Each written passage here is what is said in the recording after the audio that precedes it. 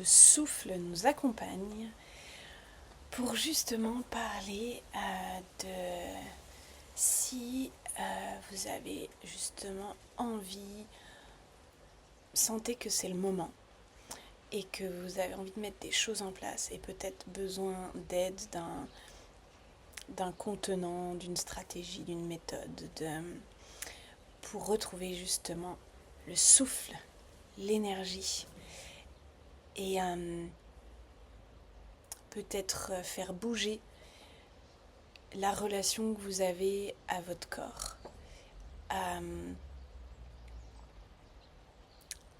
au monde, à la réalité, à vous-même. S'il y a des lignes que vous avez envie de bouger pour retrouver ce souffle, cette énergie de l'essence, je dis retrouver parce qu'on a cette croyance dans l'approche tantrique qui est la mienne que c'est en nous, que c'est déjà en nous. Moi personnellement ça m'a enlevé un poids des épaules de me dire que j'étais pas cassée, qu'il n'y avait pas un problème, que j'avais pas à créer quelque chose et que c'est plutôt un nettoyage de l'acceptation, de la compréhension et de l'énergie.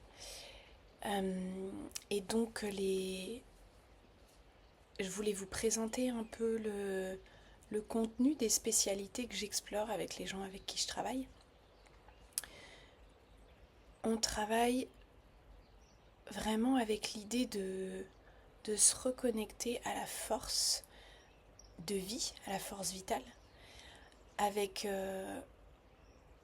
par plusieurs dimensions, par toutes les dimensions de l'être, d'être en vie. Donc on explore de vitaliser, de dynamiser, de fluidifier, d'apaiser la relation à nos émotions. Donc pouvoir s'ancrer émotionnellement, pouvoir avoir une relation qui fait du bien, qui nous vide pas avec nos émotions. Donc que ce soit ni de trouver l'équilibre entre se faire happer et tirer, contrôler par ses émotions, et de l'autre côté être anesthésié, les refouler plus ou moins consciemment. Et dans les deux cas, ça vide de l'énergie, ça prend de l'énergie au lieu de se nourrir. Donc on prend toutes les approches pour cultiver un équilibre, une énergie par le corps qui va plutôt nous donner de l'énergie. Donc par l'émotion, par la spiritualité, pouvoir retrouver sa propre connexion à sa propre spiritualité. Qu'est-ce que ça veut dire? Donc tout ça, c'est des mots et on va clarifier qu'est-ce que c'est pour nous dans notre vie, dans notre corps, dans notre expérience. Qu'est-ce que c'est? Parce que généralement, avec la spiritualité, on va beaucoup refouler à raison, à juste titre, du fait de notre histoire, du fait d'avoir eu souvent d'une manière plus ou moins distante des doctrines qui nous venaient de l'intérieur, qui voulaient nous imposer leur définition de la spiritualité. Et en fait, en étant que dans le refoulement, la résistance, on a tendance à se vider de son propre sens et d'une partie de nous-mêmes en fait, de l'âme, de l'esprit, de la connexion à la nature, au tout, à l'univers, à tout ce qu'on peut pas, ce qui est pas palpable et ce qu'on peut pas comprendre, ce que notre conscience, notre mental conscient ne peut pas comprendre. On a une relation à ça. Et si c'est une relation que inconsciente et que dans le refoulement, ça peut vraiment nous priver d'une partie de nous et nous priver d'une partie de notre relation au monde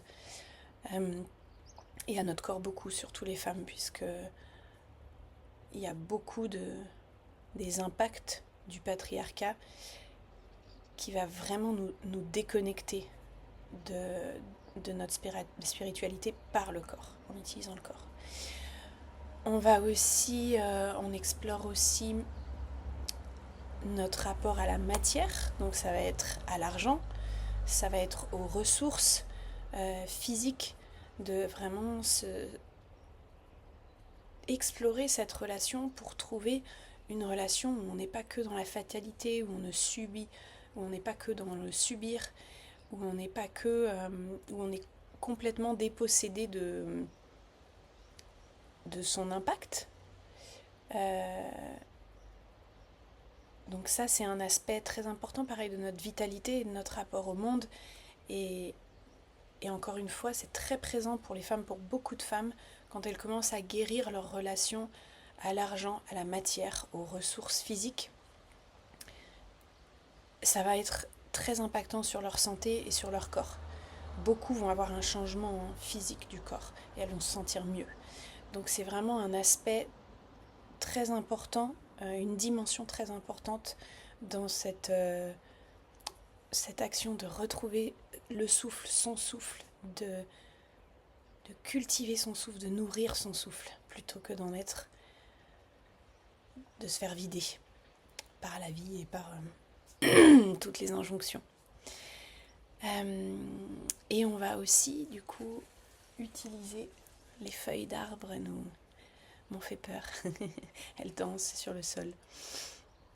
On va aussi regarder l'aspect sexuel, mais l'aspect sexuel étant vraiment pas que la sexualité aussi, puisque c'est vraiment un aspect très présent, encore une fois, dans notre corps, dans notre être, mais c'est pas forcément en ayant une vie sexuelle, c'est aussi quelle vie sexuelle, comment on se sent dans cette vie sexuelle, mais c'est vraiment en termes énergétiques de cette énergie, cet appétit, cette envie, cette force de vie, de création.